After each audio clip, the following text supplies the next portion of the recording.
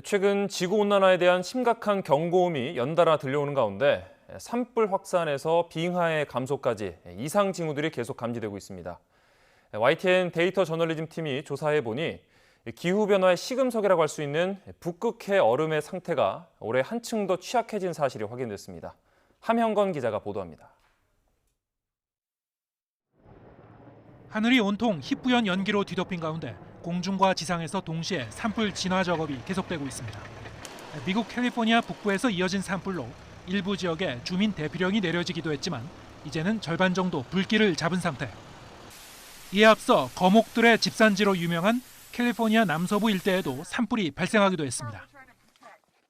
YTN 데이터 저널리즘 팀이 미 항공우주국 나사의 인공위성이 미국 서부 지역에서 최근 2달여 동안 화염을 포착한 위치를 일주일 단위로 지도에 표시했습니다. 샤스타 카운티뿐 아니라 이달 중순 들어 세쿼이어 국립공원 등에 집중적으로 화염이 감지된 사실을 확인할 수 있습니다. 남미와 아프리카의 산불은 최근 일주일 동안만을 살펴봐도 광범위하게 발생한 사실을 알 수 있습니다. 아프리카는 대부분 남부 초원지대에서 산불이 나고 있는데 반해 남미는 아마존 열대우림 지역이 여름부터 계속된 산불로 아직도 훼손되고 있습니다. 산불의 확산세는 지구온난화로 인한 고온 건조한 기후와 무관하지 않습니다. 매년 9월부터 일찌감치 문을 열곤 했던 관광명소인 알프스 산맥의 스키장도 기후변화의 영향권에 들어왔습니다. 고온 현상으로 알프스 빙하가 녹아내리면서 스키장 슬로프를 인공눈으로 처리하고 있는 겁니다. Ci sono alcuni colleghi meteorologi che dicono di portare i propri figli a vedere i ghiacciai perché stanno vedendo un'opera naturale in via di estinzione. Fra 15-20 anni c'è il rischio che non li vedremo più, non sapremo neanche più che cosa sono.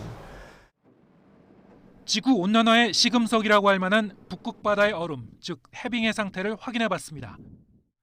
북극의 얼음은 여름부터 본격적으로 녹아 매년 9월 중순쯤 연중 가장 작은 규모로 줄어드는데 올해는 역대 12번째로 작은 수준을 기록했습니다. 그런데 얼음의 취약도를 따져보면 심상치가 않습니다.